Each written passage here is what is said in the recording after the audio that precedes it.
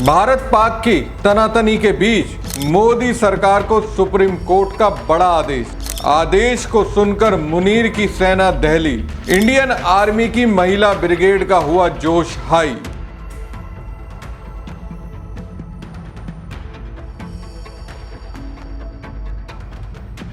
नमस्कार दोस्तों, मैं हूं प्रवीण साहनी। दोस्तों, सुप्रीम कोर्ट की ओर से मोदी सरकार को एक ऐसा आदेश दिया गया क्योंकि इस आदेश के बाद पाकिस्तान की आर्मी की शामत आने वाली है। भारत की दुर्गा की शक्ति आने वाले दिनों में दुनिया देखेगी। भारतीय सेना के हर वर्ग में शक्ति की एक नई परिभाषा गढ़ी जाएगी। सेना में ये बड़ा बदलाव। एक तरह से सुप्रीम कोर्ट ने मोदी सरकार को आदेश देकर आर्मी की महिला ऑफिसरों को जोश हाई कर दिया है। दरअसल सुप्रीम कोर्ट में शॉर्ट कमीशन महिला सैन्य अधिकारियों ने एक याचिका डाली, उस पर सुप्रीम कोर्ट में सुनवाई हुई।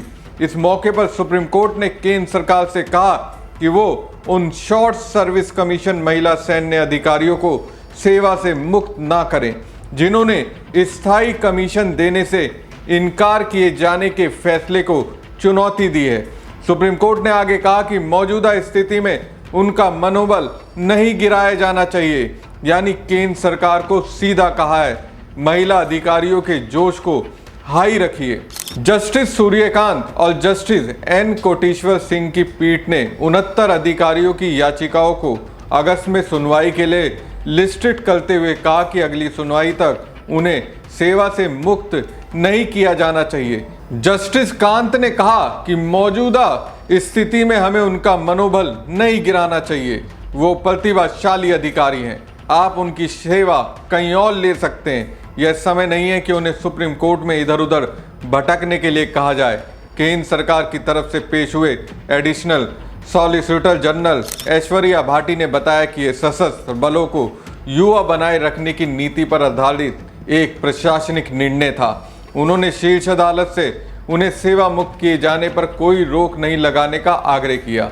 एएसजी ने कहा कि भारतीय सेना को युवा अधिकारियों की जरूरत है और हर साल केवल 250 कर्मियों को स्थायी कमीशन दिया जाना है। कर्नल गीता शर्मा की तरफ से पेश सीनियर अधिवक्ता मेनका गुरुस्वामी ने कर्नल सोफिया कुरैशी के मामले का जिक्र किया, जो उन 2 महिला अधिकारियों में से एक है जिन्होंने 7 और 8 मई को ऑपरेशन सिंदूर के बारे में मीडिया को जानकारी दी थी। गुरुस्वामी ने कहा कि कर्नल कुरैशी को स्थायी कमीशन से संबंधित इसी तरह की राहत के लिए इस अदालत का दरवाजा खटखटाना पड़ा था और अब उन्होंने देश को गर्व महसूस कराया है। इस पर पीठ ने कहा कि शीर्ष अदालत के समक्ष जो मामला है वह पूरी तरह कानूनी है और इसका अधिकारियों की उपलब्धियों से कोई लेना देना नहीं है। शीर्ष अदालत ने 17 फरवरी 2020 को कहा था कि सेना में स्टाफ नियुक्तियों को छोड़कर सभी पदों से महिलाओं को पूरी तरह बाहर रखे जाने के कदम का बचाव नहीं किया जा सकता है और कमांड नियुक्तियों के लिए उन पर बिना किसी औचित्य के कतई विचार न करने का कदम कानून के तहत बरकरार नहीं रखा जा सकता है। कोर्ट ने सेना में महिला अधिकारियों के स्थायी कमीशन की अनुमति दे दी थी और सरकार की उस दलील को परेशान करने वाली और समानता के सिद्धांतों के विपरीत बताया था, जिसमें शारीरिक सीमाओं और सामाजिक चलन का हवाला देते हुए कमान मुख्यालय में नियुक्ति नहीं देने की बात कही गई थी। न्यायालय ने तब कहा था कि अतीत में महिला अधिकारियों ने देश का मान बढ़ाया है और सशस्त्र सेनाओं में लैंगिक आधार पर भेदभाव समाप्त करने के लिए सरकार की मानसिकता में बदलाव जरूरी है। साल 2020 के फैसले के बाद से शीर्ष अदालत में सशस्त्र बलों में महिला अधिकारियों को स्थायी कमीशन के मुद्दे पर कई आदेश पारित किए हैं और इसी तरह के आदेश नौसेना, भारतीय वायुसेना और तटरक्षक बल के मामलों में पारित किए गए थे। ऑपरेशन सिंदूर का प्रेस ब्रीफिंग के बाद भारतीय सेना की महिला अधिकारी कर्नल सूफिया कुरैशी बेहद चर्चा में है। ये पहली बार नहीं जब कर्नल कुरैशी की प्रशंसा हो रही है। सूफिया का नाम सबसे पहले 2020 में उस दौरान सुर्खियों में आया था जब सुप्रीम कोर्ट ने सेना में महिलाओं को स्थायी कमीशन देने वाला अहम फैसला सुनाया था। इस सैन्य अधिकारी की उपलब्धियों को सर्वोच्च अदालत ने भी स्वीकार किया था। 17 फरवरी 2020 को एक फैसले में सुप्रीम कोर्ट ने कहा, lieutenant colonel Sofiya Qureshi exercise force 18 नामक बहुराष्ट्रीय सैन्य अभ्यास में भारतीय सेना की टुकड़ी का नेतृत्व करने वाली पहली महिला है, जो कि भारत द्वारा आयोजित अब तक का सबसे बड़ा विदेशी सैन्य अभ्यास है। अदालत ने यह भी जिक्र किया, कर्नल सूफिया कुरैशी ने 2006 में कांगो में संयुक्त राष्ट्र शांति अभियान में काम किया था, जहां वे अन्य लोगों के साथ युद्ध विराम की निगरानी और मानवीय गतिविधियों में सहायता करने की प्रभारी थी। उनका काम संघर्ष प्रभावित क्षेत्रों में शांति सुनिश्चित करना था। ऑपरेशन सिंदूर के बारे में मीडिया को जानकारी देने वाली कर्नल सूफिया कुरैशी ने मध्य प्रदेश के छतरपुर जिले के नौगांव में मौजूद एक सरकारी स्कूल में कक्षा 1 से 3 तक पढ़ाई की और वह एक होनहार छात्रा थी। उनके मामा के बेटे आबिद कुरैशी ने बताया कि सूफिया कुरैशी के दादा और पिता भारतीय सेना में रहे हैं।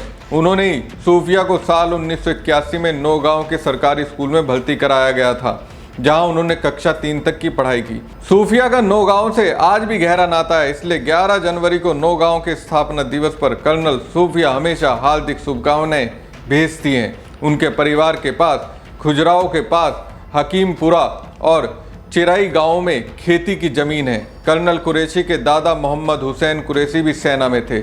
जब नौगांव का सैन्य कॉलेज पुणे में शिफ्ट हुआ तो परिवार भी वहां चला गया। पुणे में ही कर्नल कुरैशी के पिता सेना में शामिल हुए और सूबेदार मेजर के पद पर सेवा दी। सूफिया और उनकी बहन सान्या दोनों का जन्म पुणे में हुआ। बाद में सूफिया और सान्या अपने दादा दादी और माँ के साथ नौगांव चली आई और 1981 में सरकारी स्कूल में दाखिला लिया।